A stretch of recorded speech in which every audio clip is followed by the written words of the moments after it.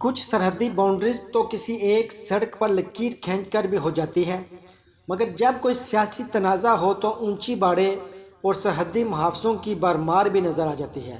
تو امریکہ کینیڈا کی سرحد، جو کہ 5000 میل لمبی ہے، سے لے کر پاکستان اور ہندوستان کی سرحد کا منظرنامہ، دنیا بھر کی سب سے غیر معمولی سرحدی تقسیم آپ کو چونکا دے گی، بلکہ ہو سکتا ہے کہ کچھ جگہوں کو دیکھ کر آپ دنگ بھی رہ جائیں۔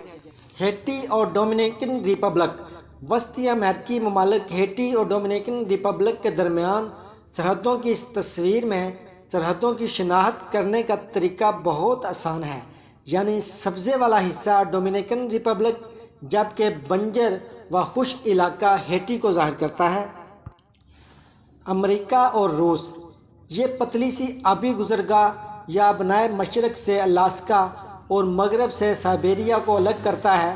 امریکہ اور روس کے درمیان یہ سرحد تصویر کے درمیان میں پانی میں موجود ایک بڑے اور چھوٹے جزیرے سے تقسیم ہوتی ہے۔ برازیل اور ارجنٹائن۔ یہ خوبصورت آغاز و آبشار در حقیقت ارجنٹائن اور برازیل کے درمیان سرحدی لکیر بھی ہے۔ اس آبشار کا زیادہ تر حصہ ارجنٹائنی صوبے میسونیز میں شامل ہے، جبکہ کچھ حصہ برازیلین ریاست پارانا کے اندر آتا ہے، اور اس طرح یہ سیاحتی مقام بین الاقوامی سرحد بھی بن گیا ہے۔ امریکہ اور میکسیکو۔ یہ امریکہ اور میکسیکو کے درمیان لگائی گئی سرحدی باڑ کا منظر ہے۔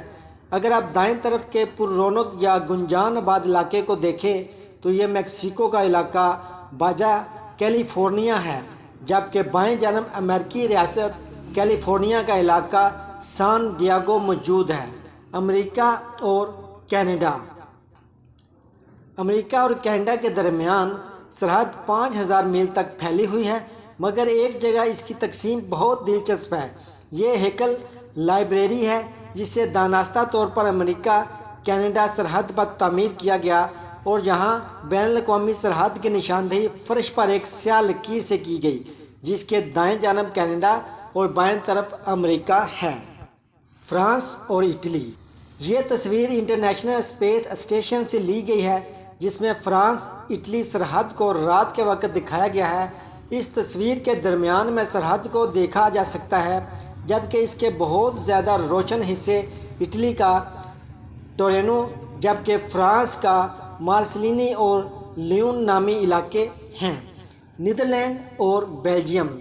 جنوبی نیدرلینڈ کے قصبے بارلے نساؤ میں بیلجیم کے ساتھ سرحدی لکیر کو کوئی کب عبور کر لے پتہ بھی نہیں چلتا، تاہم غور کریں تو ایک طرف این ایل کے الفاظ نیدرلینڈ جبکہ بی کا لفظ بیلجیم کی نشاندہی کرتا ہے۔ نیدرلینڈ اور جرمنی۔ اب بیلجیم کے ساتھ تو سرحدی تقسیم کھلی جگہ پر ہے، مگر جرمنی کے ساتھ اس ملک کی سرحدی لکیر یورپ ڈی بزنس سینٹر کی دہاتی پٹی پر ظاہر کی گئی ہے، جہاں کی ایک دلچسپ چیز پاس پاس رکھے لیٹر باکس ہیں، تاہم اگر آپ وہاں خط ڈالتے ہیں تو اسے نیدرلینڈ پہنچنے میں 1 ہفتہ لگ جاتا ہے۔ پاکستان اور ہندوستان۔ یہ تصویر انٹرنیشنل اسپیس اسٹیشن سے لی گئی ہے، جس میں اوپر کا روشن حصہ ہندوستان جبکہ اس سے نیچے پاکستان کو ظاہر کرتا ہے، جبکہ دونوں ممالک کے درمیان سرحد کو اورنج یا نارنجی رنگ کی لکیر سے نمایاں کیا گیا ہے۔ اسی طرح دوسری تصویر واگا بارڈر کی ہے۔ پاکستان اور افغانستان۔ یہ پاکستان اور افغانستان کے درمیان ڈیوڈ لائن بارڈر پر تورہم کا علاقہ ہے، جو دونوں ممالک کے درمیان اہم سرحدی کراسنگز میں سے ایک ہے۔ ناروے اور سویڈن۔ سویڈن اور ناروے پڑوسی ممالک ہیں، اور ان کی سرحدی تقسیم بھی بہت دلچسپ ہے۔ جیسا اس تصویر میں دیکھا ہی جا سکتا ہے کہ ایک پل کے درمیان میں ایک لکیر کھینچ کر اسے سرحد قرار دے دیا گیا ہے۔ بائیں جانب سویڈن جبکہ دائیں جانب ناروے کے علاقے ہیں۔ فرانس، جرمنی اور سوئٹزرلینڈ۔ یہ تینوں ملک ایک محرابی پل کے ذریعے ایک دوسرے سے جڑے ہوئے ہیں، جو دریائے رائن کے اوپر ہیمونیگیو فرانس، ویلم رائن جرمنی اور باسل سوئٹزرلینڈ کو آپس میں ملاتا ہے۔ اسے دنیا کا سب سے لمبا سگنل اسپین برج بھی کہا جاتا ہے، جو کہ صرف پیدل چلنے والوں اور سائیکل چلانے والوں کے یہ مختص ہے۔ اس کی مجموعی لمبائی 248 میٹر ہے۔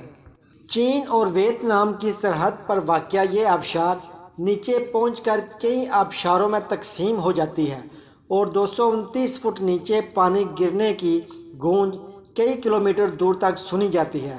علیہ صبح سورج کی روشنی پانی سے ٹکرا کر دیکھنے والوں کے انتہائی خوبصورت کوس و قزح کا منظر پیش کرتی ہے۔ سوئٹزرلینڈ اور اٹلی۔ سوئٹزرلینڈ اور اٹلی کی سرحد پر برف پوش الپائن گلیشیئر دونوں ممالک کو الگ کرتا ہے۔